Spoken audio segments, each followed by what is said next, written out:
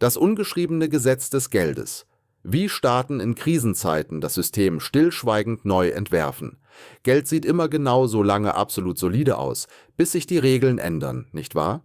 Eine Währung gilt als vertrauenswürdig, solange sie reibungslos in Gold oder Dollar umgetauscht werden kann. Eine Zentralbank gibt sich so lange unabhängig, bis die Dinge aus dem Ruder laufen und es heißt, komm schnell, stell dich hinter das gesamte Finanzsystem.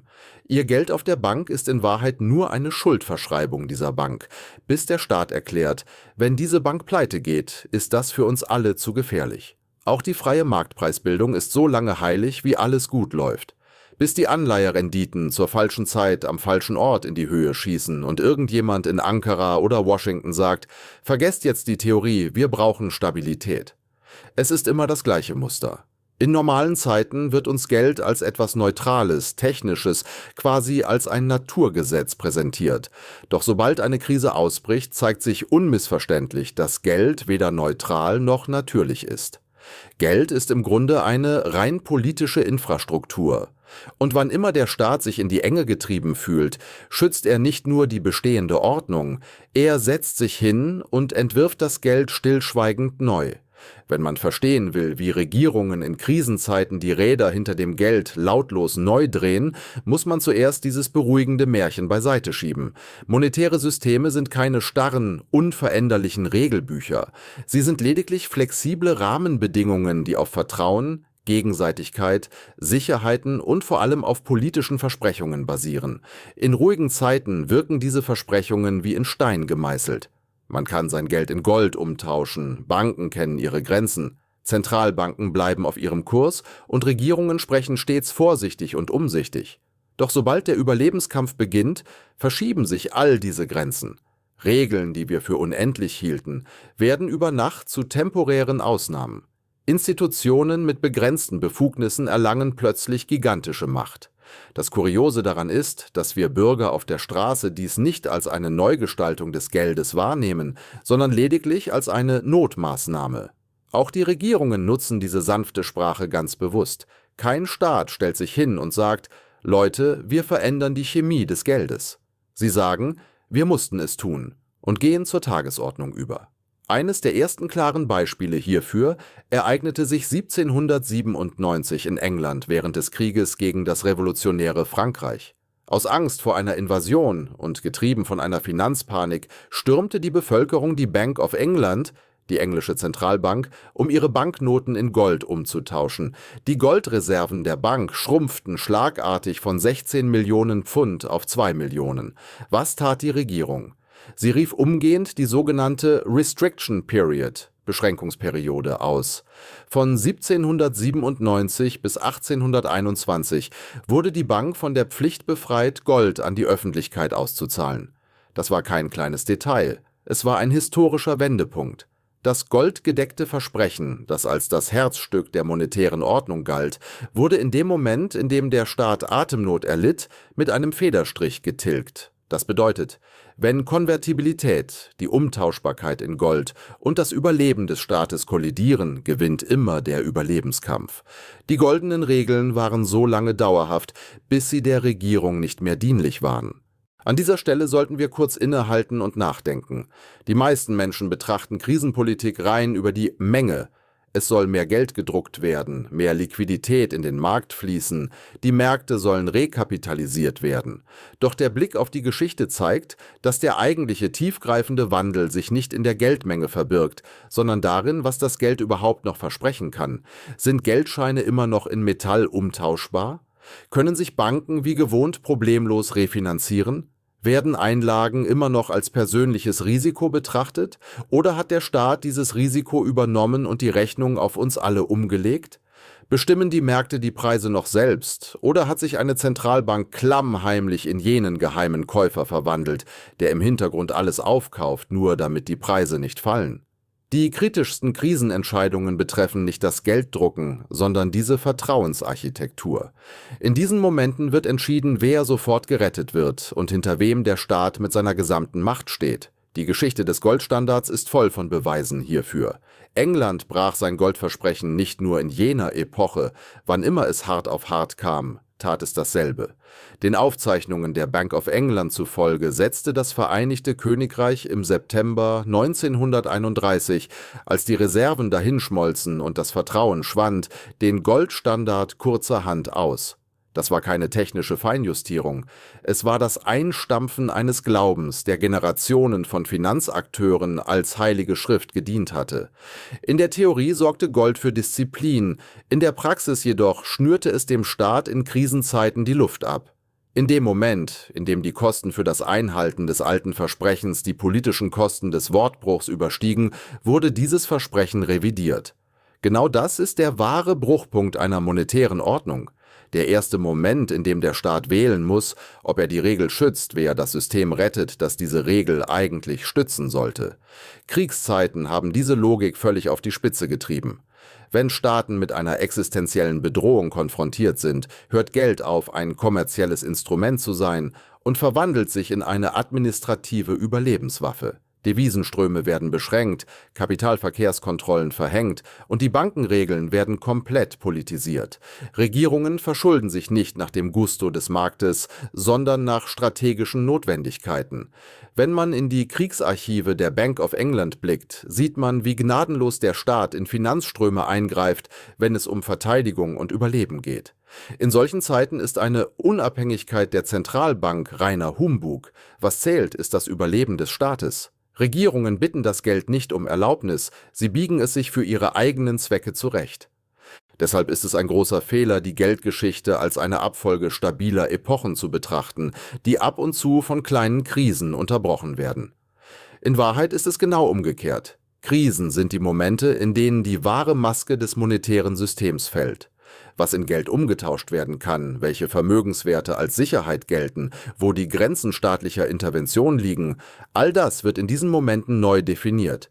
Die Definition der Aufgaben einer Zentralbank weitet sich maßlos aus. Eine Krise bedroht nicht nur die Ordnung, sie zeigt uns, welche Paragraphen dieser Ordnung in Wahrheit konditional an Bedingungen geknüpft sind.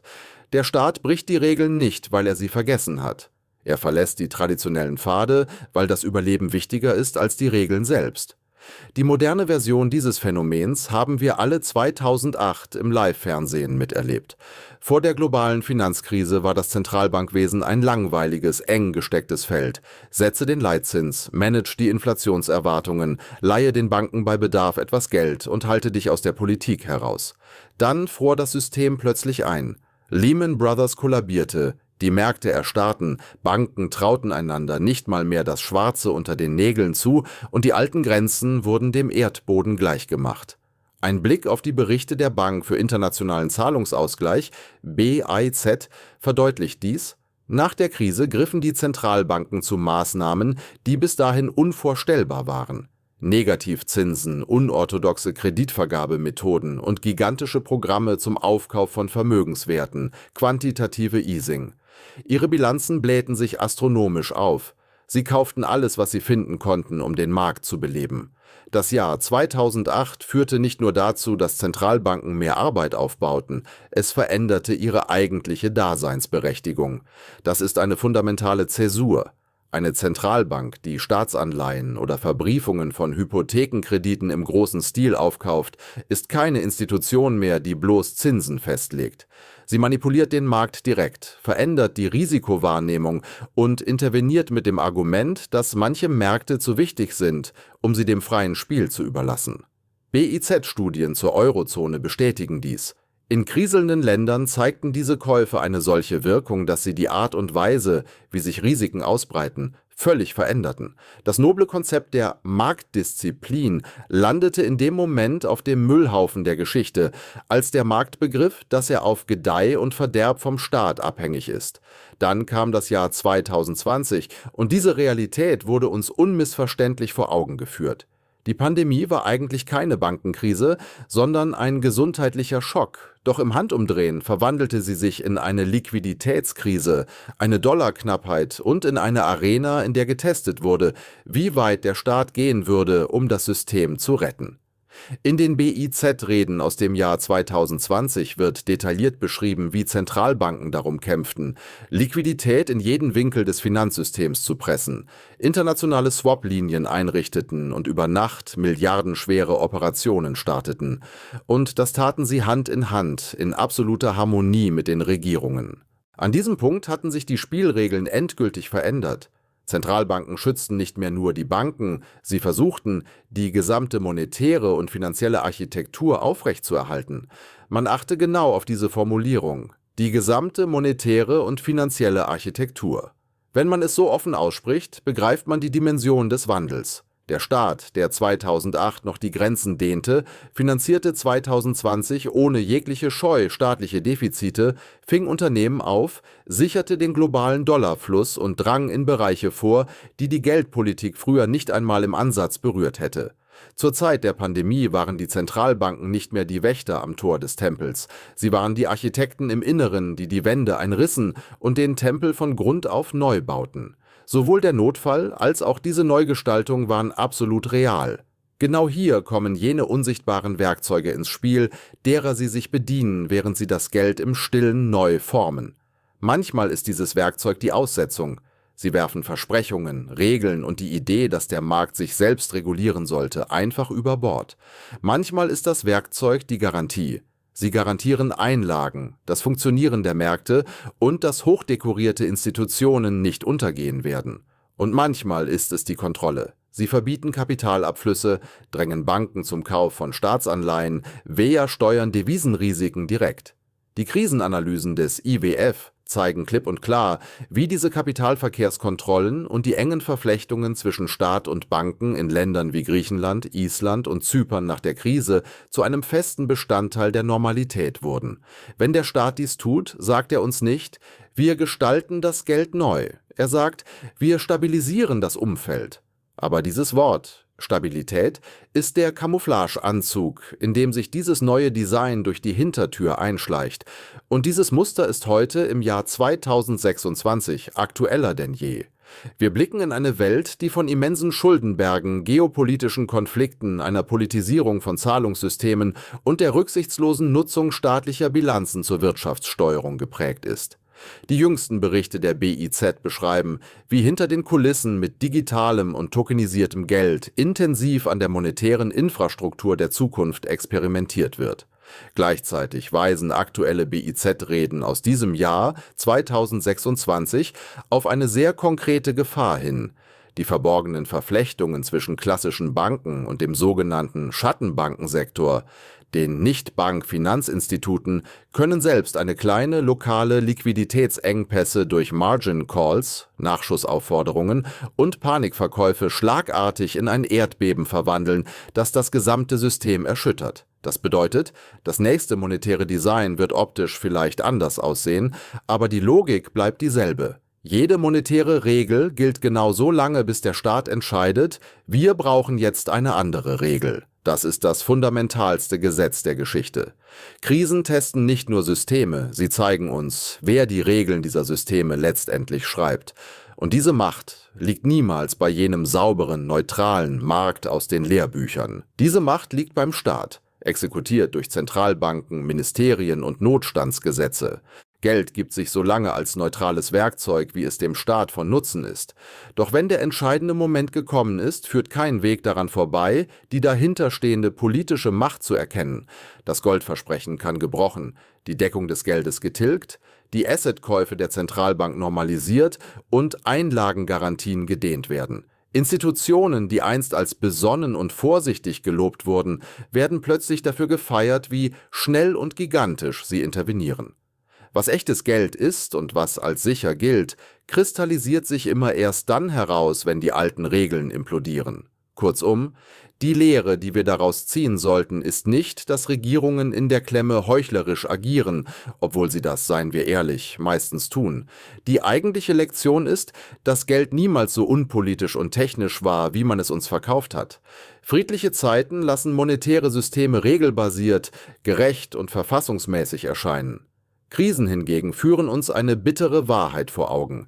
Diese Systeme sind letztlich Konstrukte, die dazu dienen, die Macht des Staates und das gesellschaftliche Kontinuum zu sichern. Je nachdem, wer in diesem System zuerst gerettet wird, finden wir uns freilich plötzlich in einer völlig veränderten Welt wieder.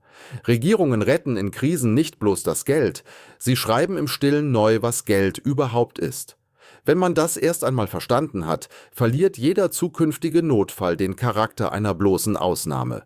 Er entpuppt sich als das, was er wirklich ist. Der Beginn einer neuen Ära, der Vorhang auf für ein neues Spiel. Die Geschichte wiederholt sich, weil sich die menschliche Psychologie und Machtinteressen nie ändern. Wenn dir dieser Blickwinkel gefallen hat, dann bleib dran. In den staubigen Seiten der Vergangenheit liegen noch viel mehr Antworten. Das war's für heute bei Die Vergangenheit. Vergiss nicht zu abonnieren und die Glocke zu aktivieren. Wir sehen uns.